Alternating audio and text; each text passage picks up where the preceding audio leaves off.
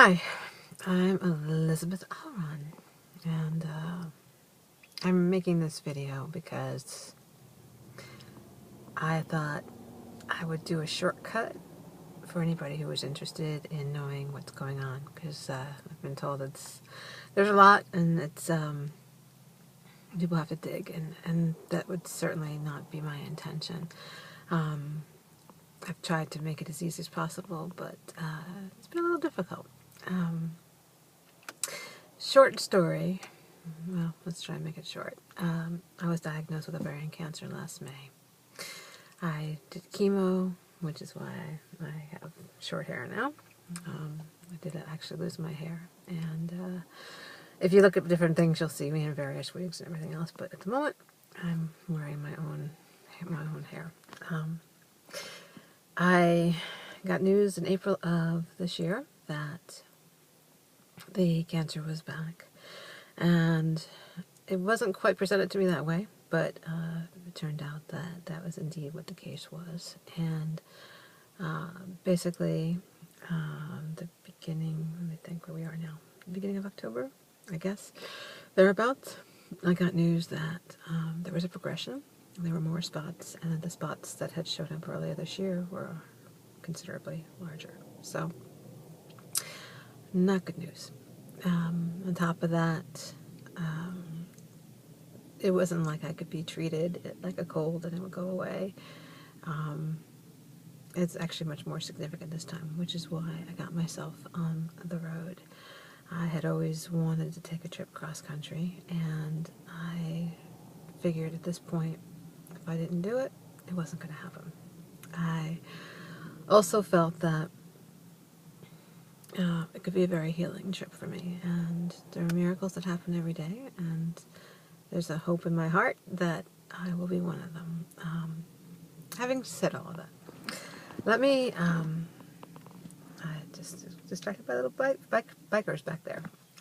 I am in the midst of this trip, and at the moment I am actually in, geez, where am I? I think I'm in Alabama. Oh my goodness. So this is one of those things about chemo brain, actually. Chemo brain and stress. And some people think it's just stress, but the chemo brain amplifies things like this. It's really hard sometimes to think of things. It's really easy to lose train of thought. It's all kinds of stuff that's kind of frustrating.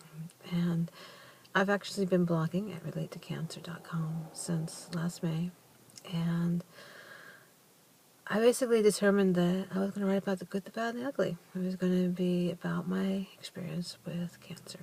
In a lot of ways, it's very much like reading my journal. It's not really focused. It's not really organized. It's not really bullet pointed for those who might need the marketing angle. And it's been very difficult for me to balance how to have that and how to ask for help. And I have shared about my frustrations, my dilemmas. I've shared about every part of the trip of life that I've had the last year and a half, almost, year and a half. I guess May will be 2 years. And I've been very honest. I put myself under a microscope because I've been so honest. And that is one thing that if anybody is willing to come along the journey with me in any shape, way, or form, that they're going to get from me is my honesty. And they're going to get my imperfections.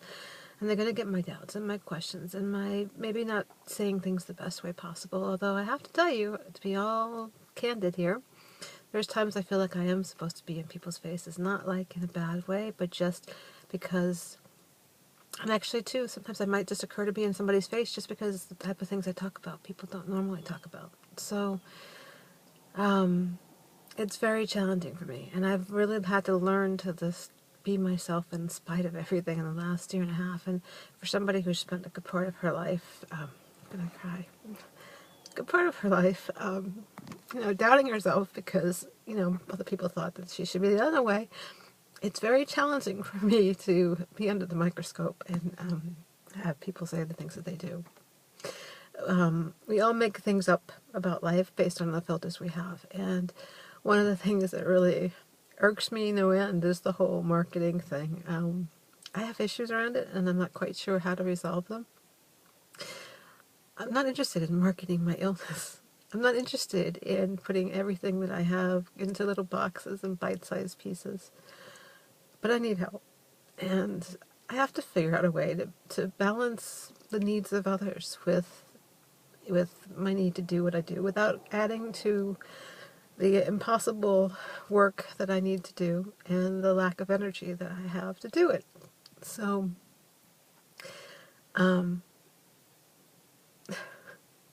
I share all this with you because I'm hoping that maybe you'll understand that if I don't do things quite the way you think I should, that I'm just a human being, just like you, and I'm struggling, and I need help, and it's in my heart to help other people, which is why I'm taking this living life tour. Boy, if I knew I was going to cry, I probably wouldn't have done this, so, but, I really want people to know about this. It's in my heart. We don't talk about this in our society, and I know there have to be other people who are hurting, and it would just be really awesome if we could just all just talk about something that it maybe isn't as scary as everybody thinks, and maybe it is, and maybe it really sucks, but not talking about it doesn't help.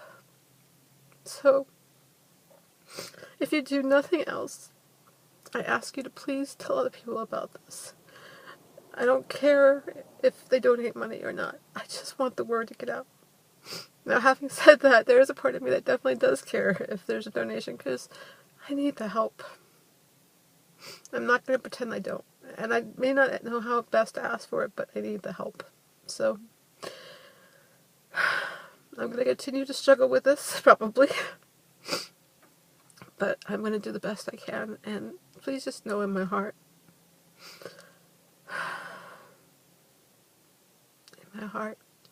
if I could give every ounce of me away, I would.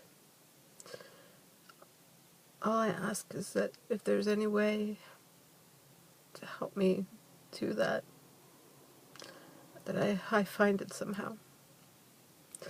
And I've been living this trip by the seat of my pants and listening to my gut and having some miracle things happen.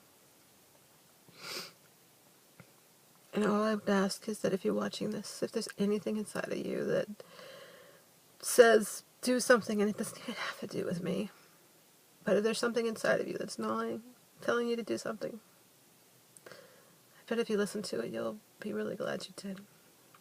So with that, RelateToCancer.com is my blog.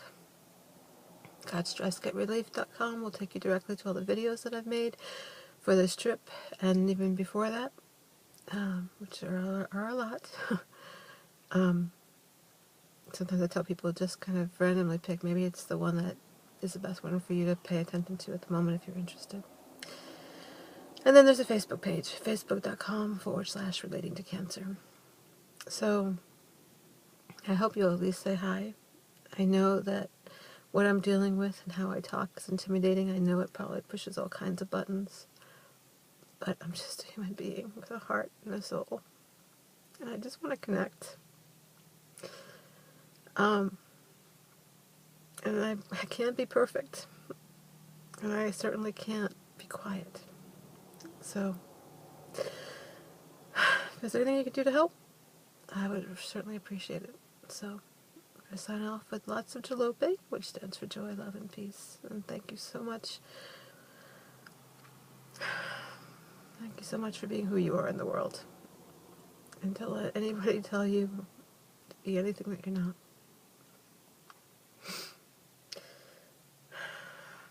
Life is too short. And I certainly hope that I get to have some more of it. But if I don't, I am going to go out with a bang. So, if you can help, great. If you can help someone else, great. And thanks so much for listening.